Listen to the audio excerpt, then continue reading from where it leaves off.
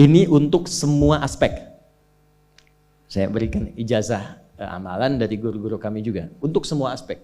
Jadi kalau ilmu insya Allah meningkat lebih kuat, kalau bisnis, kalau bekerja itu lebih lancar dan dilindungi oleh Allah, ya berkah. Kalau di birokrasi, di kedudukan, di apapun, itu pun diangkat oleh Allah dengan cara yang baik dan terhormat. Ya, karirnya di semua aspek.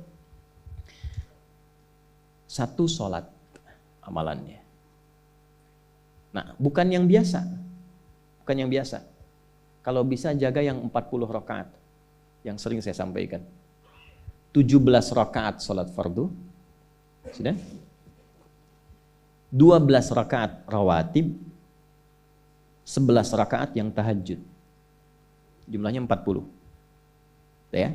17 rakaat sholat fardu. Kalau ini wajib. Kalau wajib standar. Ya. Mau kaya, mau tidak, ya sholat 17 rakaat juga. Mau pintar, mau tidak, 17 rakaat juga. Jelas ya? Rumusnya 24, 4, 3, 4. Ya, itu ya, nomor aksesnya. 24, 4, 3, 4. 2 subuh, 4 zuhur, 4 asar, 3 maghrib, 4 isya. Ya, jangan sampai miskol. Kalaupun miskol harus khairayyarah. Ya, bukan syarrayyarah. Baik, pasti yang miskol muadzin. Allahu akbar, khairayyarah. Ya. Baru adzan belum qomat syarrayyarah. Masih? Oke. Teruskan, yang 12 itu hadisnya sahih. Perhatikan baik-baik. Man shalla itsnatai asyrata rak'atan fi yaumin wa lailatin. Siapa yang menunaikan salat sunnah 12 rakaat yang mengiringi salat fardunya siang dan malam. Sudah, arba'an qabla dhuhri, 4 rakaat sebelum zuhur. 4 rakaat sebelum zuhur. Teknisnya bisa langsung 4 atau 2-2. 2, kemudian salam, 2 rakaat lagi, salam. Jelas? Baik. Kemudian arba'an qabla dhuhri, rak'ataini ba'daha, 2 rakaat setelahnya. Setelah zuhur 2 rakaat. 4 tambah 2 berapa? 6. Rak'ataini ba'dal maghrib, 2 rakaat setelah maghrib. 6 tambah 2? 8. Rak'ataini ba'dal isya, 2 rakaat setelah isya. 8 tambah 2? 10. Rak'ataini qabla al-fajri, 2 rakaat sebelum subuh. 12 ya? Nah, jaga yang 12 ini. Jaga yang 12. Kalau sebelum zuhur tidak memungkinkan 4, misal sebelum zuhur, karena kasusnya bisa berbeda.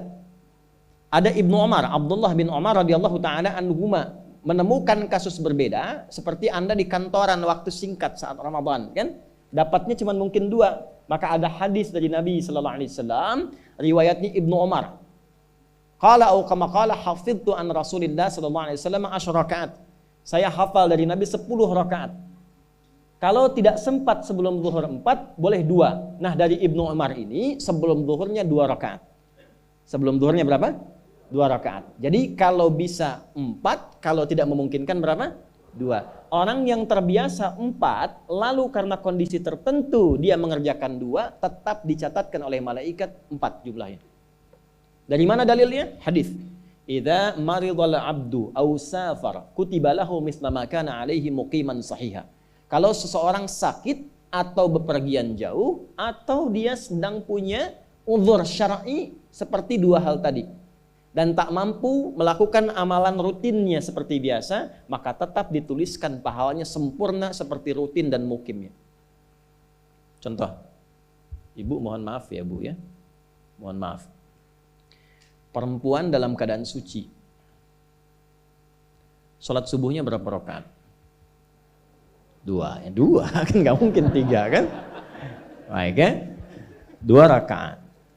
Sholat qabliyahnya berapa rakaat? 2 rakaat. Baik. Setelah itu baca Quran enggak? Alhamdulillah.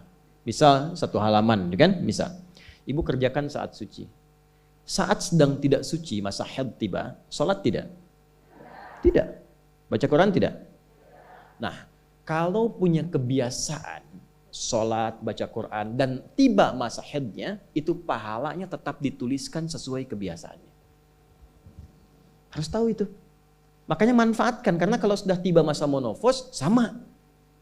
Itu Allah tuh memberikan kemuliaan khusus. Makanya Bu, kalau ngaji dengan ustadz-ustadz tertentu, bikin kurikulum ngajinya fikih perempuan aja, nggak usah jauh-jauh. Fikih perempuan. Keluarkan, karena banyak pahala mengalir di dalamnya. Ya.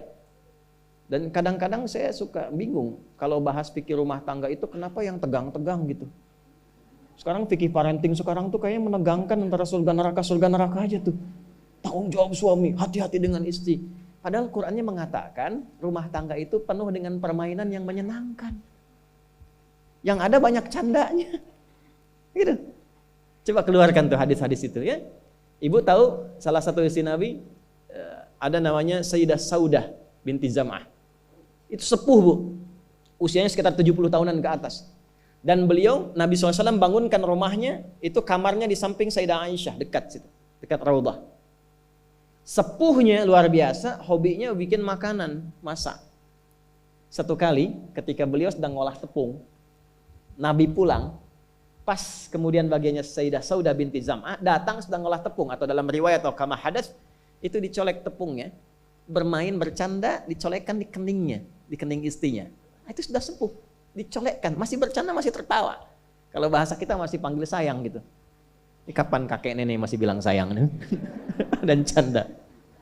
Ini penuh dengan demikian ya. Ini yang mau saya kembalikan tuh, ya nilai-nilai tadi. Jadi kembali ke sini, Bapak Ibu sekalian, kembali ke sini. Ya urutkan lagi, kita agak cepat masuk ke dalam pembagiannya. Detil pada pembahasan ini, satu salat 40 rakaat.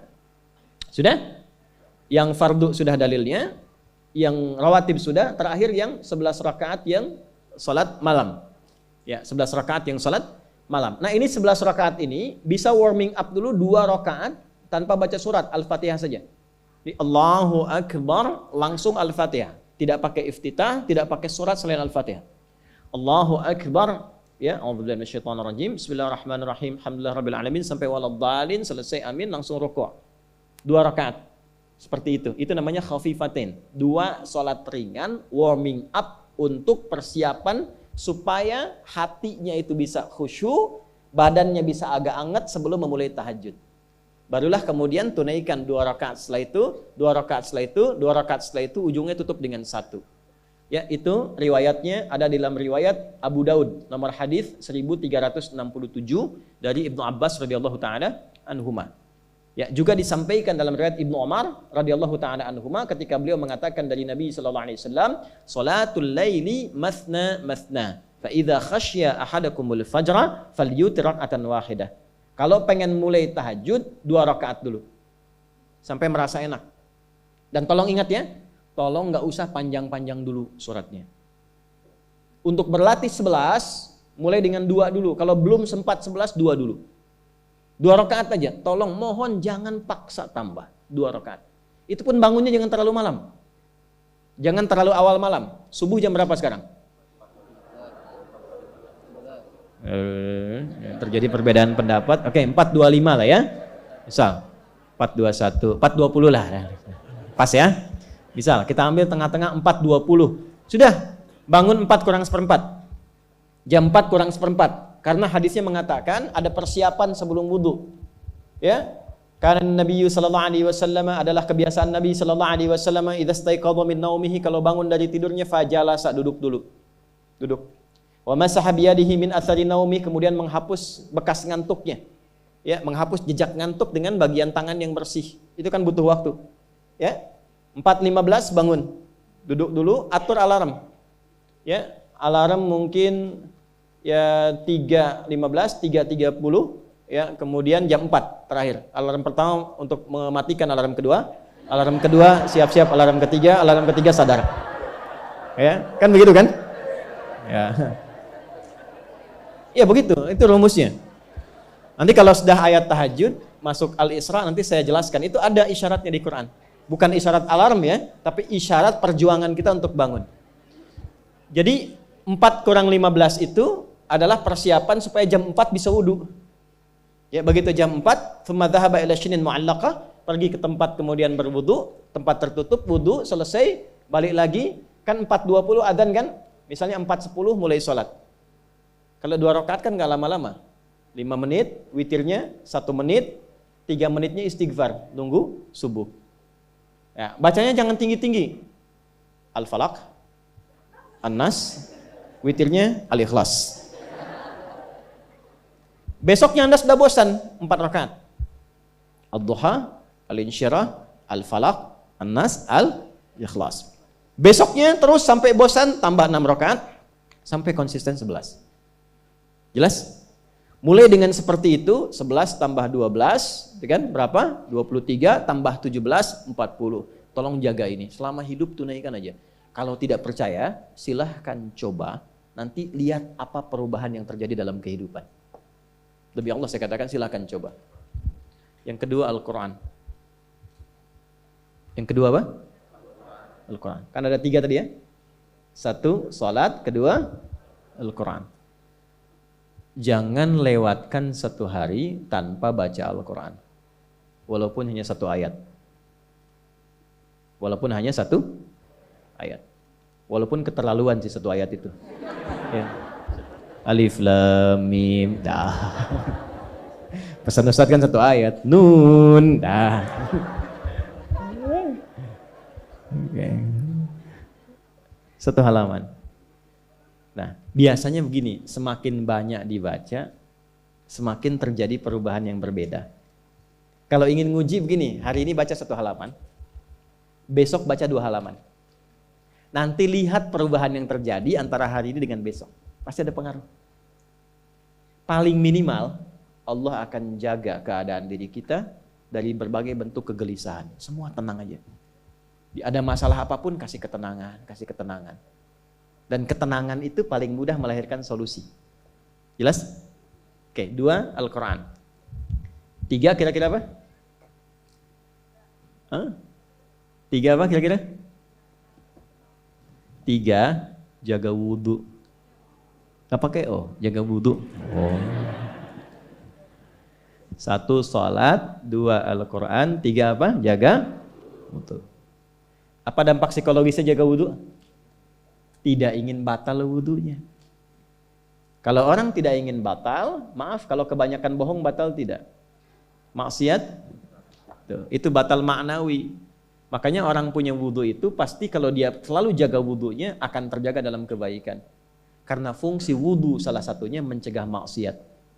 Itulah sebabnya setelah wudhu kita doa taubat. Coba selesai wudhu kok taubat. Asyhadu an la ilaha illallah wa asyhadu anna Muhammadan Rasulullah. Kemudian Allahumma ja'alni minat tawwabin. Ya Allah, jadikan aku orang yang selalu tobat, bebas dari maksiat. Itulah rahasia wudhu. Salah satunya menjaga seseorang dari perbuatan maksiat. Ya, tidak bermaksiat, jaga wudhu. Saya itu banyak bercanda dengan keluarga, termasuk anak-anak. Bercanda terus, tapi serius dalam 3 hal. Salat, Quran, dan jangan pernah bermaksiat. Itu kalau anak saya itu pegang, Bu, Pak, ini cerita aja ya. Pegang mushaf nggak benar aja, itu bisa saya lempar dari jauh. Minimal saya teriaki. Pegang mushaf nggak benar, bukan nggak baca. Pegang mushaf, misalnya mushaf harusnya begini, misalnya dia pegang begini, atau taruh di atas paha, kaki, misalnya apa, itu bisa saya lempar dari jauh. Perbaiki. 3 itu serius. Ya, karena itu adalah sesuatu yang bisa merubah kehidupan kita, dan itu yang paling memuliakan kita dan dimuliakan kita dengan itu. Itu poinnya. Tapi yang lain kita bisa bercanda. Sholat, jangan main-main. Karena itu inti kebahagiaan hidup kita. Dan maksiat itu yang paling fatal mengantarkan pada, maaf, kehidupan akhirat yang buruk. Neraka itu kan karena maksiat. Nah, 3 itu ya, tolong jaga, nanti lihat perbedaannya.